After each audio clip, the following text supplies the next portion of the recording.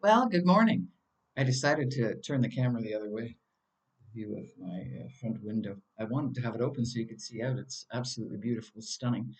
But the sunlight um, refracting in doesn't do anything. So today I want to talk a little bit about Ray Kurzweil, transhumanism, and technocracy, but basically change because we're coming into that season where New Year's resolutions come into people's minds. Though I think we should have a resolution every day, not just one day a year. And usually the pressure and the change that you want to enact doesn't happen because of these programs that run in your subconscious. You go in all gung ho, whether it's the gym or I'm going to slow down my drinking or stop my drinking or work on my diet or whatever it is. The multitude of different things that people want to change in their life. And the thing with change is it's the most difficult thing that you're going to do, and you have to do it for yourself. You have to do it for that reason alone. And you have to understand that anything that you go to change is going to make you feel uncomfortable. Once you've actually looked at and go, look at, I've got some programming going on here. Hence why as I start something, I go in really, I'm going to do it, I'm going to do it, I'm going to do it. And within a month, I'm not doing it anymore. And then comes the self blame and the guilt and all those negative emotions that do nothing for you, right? Those negative thoughts in your head, because really it's not you, it's programmed. You're born perfect. These are programs that are downloaded into you, and also all the substances, all the toxins that you're exposed to.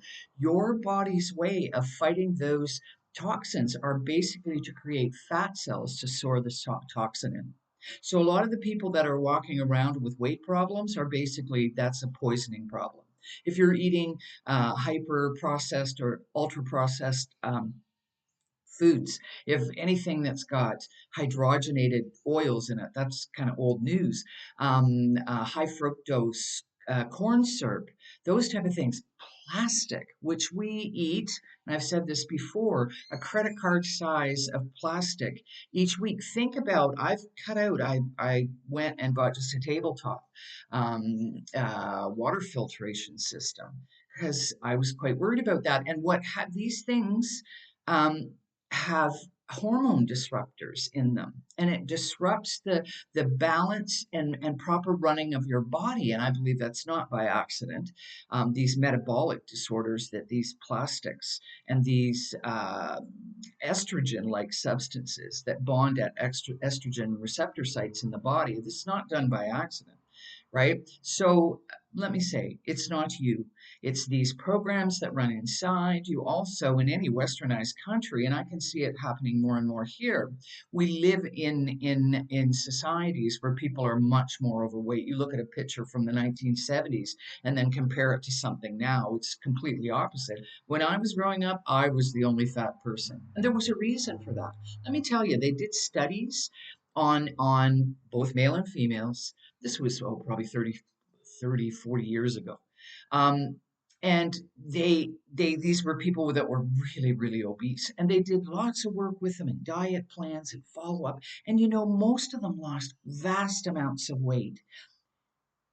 Almost all of them gained them back. And do you know what they found? That these people had been abused, traumatized as children, usually sexually, physically, right? So there's this putting on cushioning around you to keep yourself safe. There's all kinds of, but poisoning, programming, the herd that's overweight, there are many reasons why. So don't be going and blaming yourself.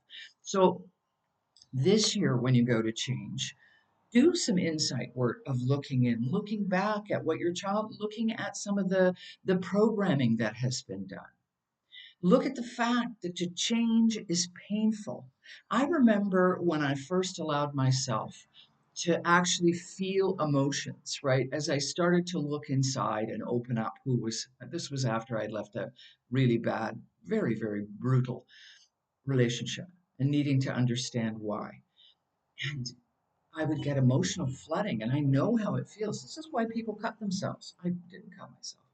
I would allow myself to sit with it for a while and then back it off. And you get better and better at doing that, that you allow like a slow drip your mind to expand, to look at the problem, to look at those emotions, and then be able to not push them down. It's not about repressing, it's to put them on the back burner while you process the information, right?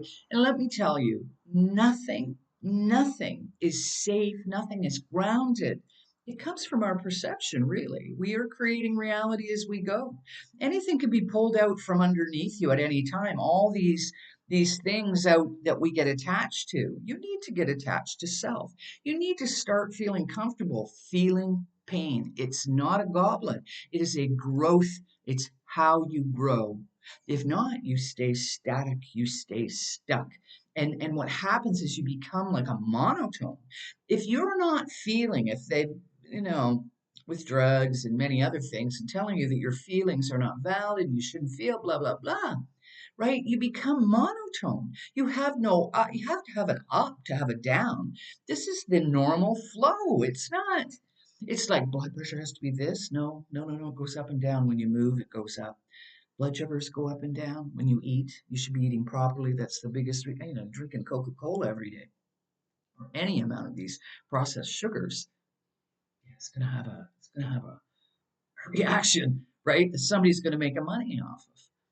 So, you know, when you're looking at change, remember it's an uncomfortable, anything that you go to change to.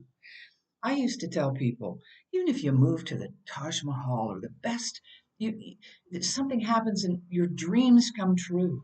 You may very well self-sabotage them because it feels so uncomfortable being in what it is that you wanted because you've not been there before. So you have to step into it realizing these things so that you don't self-sabotage yourself. Now I'm going to talk about this where we're going, why I think that change now. Number one, we need to embrace change because I'm telling you, you think it was rapid change in the last 5 years, look out the next 5 years because it is going to blow your head off and it'll start in 2025. We are moving towards a transhuman technocracy. It's real, it's not, it is happening right in front. You're watching it in real time. Okay, so this is what's in the United States, this dodge to look at efficiencies in government. Efficiency, anything you hear efficiency, that's technocratic language. It's going to be run by AI. I can see with Freeland, what did she, the Munsters, she was piece of work. But of course, she was brought in because of that. It wasn't an accident. These people are actors, right, for the corporation that is Canada. And they were brought in to do exactly what they did.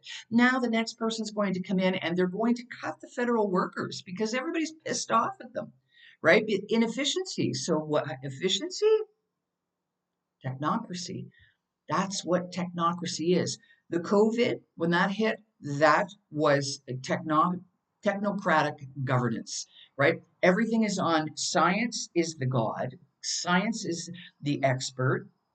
You can't question it. It is all cut and dried. Scientists, engineers, medical engineers, industrious, they make the decisions. It isn't into the government because these are the government.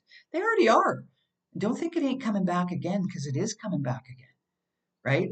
So as you're seeing the AI becoming more and more, and that, oh, well, these humans are so inept. Well, they pick the inept ones or they act ineptly because they're actors, right? So that you will be begging, asking, because in this crazy world we live in, you seem to have to ask for the poison, right? Once you ask for the poison, then they can give you just that. And if you think technocracy takes away all individuality. You become, this is where Ray Kurzweil, man, now there's a guy that doesn't believe that there's a divine spark anywhere, and himself included.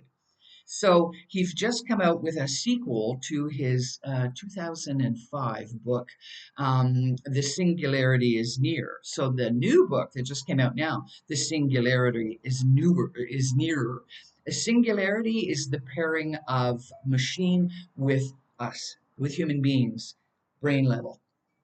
right? So that you can be superhuman, that you will never die, that you can download your consciousness into the cloud, and that all human minds, everything, will be connected into a hive mind, an AI mind that makes decisions for you, that does your thinking for you. Also, we won't need as much sunlight on this planet because we're not going to grow any crops, and AI is going to take care of all that. So you can read the article. It's on Wired, right? There's an article. Maybe I'll link it with this, right? This guy takes Kurzweil takes 80 pills a freaking day, down from 200. This is, if you want the poster boy for technocracy and transhumanism, and also absolutely terrified of dying because he feels there's nothing, that he's just this biological meat suit. So, of course, he thinks you are. This is what technocracy is. And in technocracy, they can force you in their way. Their way of forcing you is having you ask for it by playing psychological manipulation and mind control with you so that you want the poisons that they're going to give you. It will not give you godlike status. It's not going to happen to you. You'll end up dying, right? This is an extinction event if we don't make the choice to not go that way. Will people go that way? Of course they will, because it all looks shiny and no aging, because people are fucking terrified of aging. Terrified. I think it's a gift, actually. Most of my friends didn't make it because what did my, oh, you're one of those people that doesn't drink. Yeah, I did change. Thank frickin' God, or I'd be in the grave with them. I don't want that. I want to see a better world. I don't want to see a technocratic world, and I'm not going for it, right? And if you want to make changes, it's up to you. Ain't nobody, no government is going to come in. They're going to change you, and that's what's coming. So the only way you're going to get through that is to be strong. And I would tell anybody that works for the federal governments in any country, learn how to do a side gig, learn how to do something and develop skills in entrepreneurship, because if not, you'll be on a universal basic income and you will be owned by these technocrats. Is it coming? Absolutely. And right now, the people are cheering it on. The golden era that Trump is talking about, and Trump may not be a bad guy. I have no idea. I know Kurzweil comes from a place, he's not malicious because he's malicious. He believes this. This is his ideology of how life works. In my mind, it's 180 degrees difference. We are divine sparks. This is not religion, because religion has been, poisoned like everything else. We are something. Something created us about 250,000 years ago. Something was done to our DNA. We have human attributes. The no love. Love is the biggest one. Love is the creative force of the universe. Love, compassion, empathy, kindness, humanity, mercy, grace, beauty. All those things will go.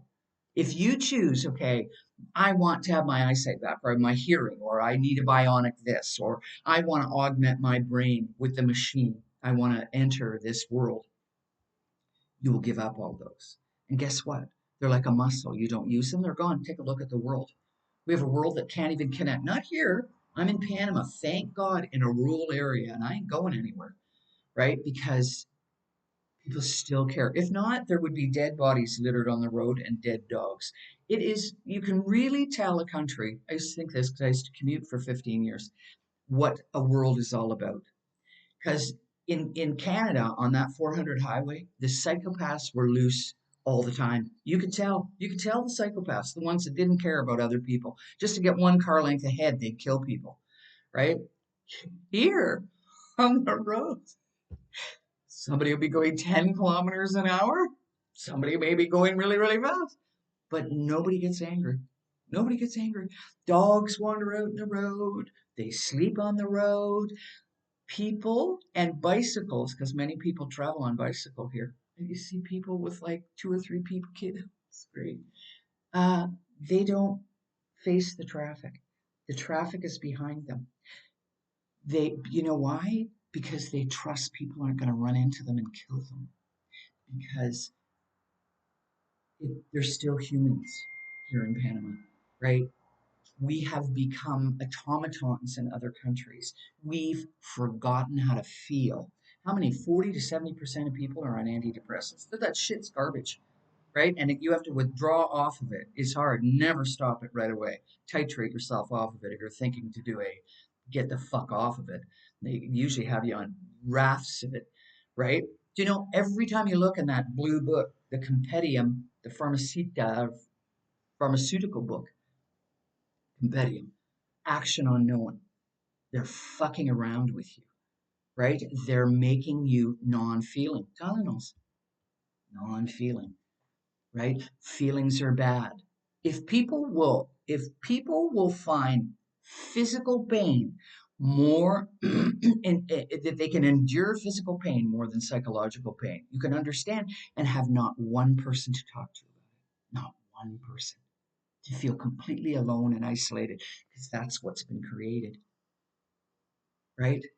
So change, remember, you're going to feel uncomfortable, right? Put intention boards up of what you want to accomplish and start small and work up. It's like a progression so that you don't overwhelm yourself, right? And remember, you're always going to go back, as Jason Christoff says, to the self sabotage tool shed. You'll bounce back and forth. I do. I mean, thank God it's not alcohol. People thought when my son died it would be alcohol. Fuck that. As I said, I can't even stand the smell of this shit, right? Or smoking cigarettes or any of that. Coffee is, especially in the coffee capital. And I must say, I like the energy, but we all got work to do, right? So don't get down on yourself. Remember, make a plan, write it down. The first thing comes with the idea, then the thought. And remember, you're going to be uncomfortable, and that's okay, right? It's worth it. Let me tell you, when you change, when you stop doing something that you've wanted to stop, I'll give you an example. My father was an alcoholic. I hated alcohol. He used to pour his booze out. I hated it. It made our house unlivable, and he became an idiot when he drank, right? And then lo and behold, what did I start doing? Like when I was 12, because I could get into a liquor store, right? Because I looked the same way. I was this height. I drank.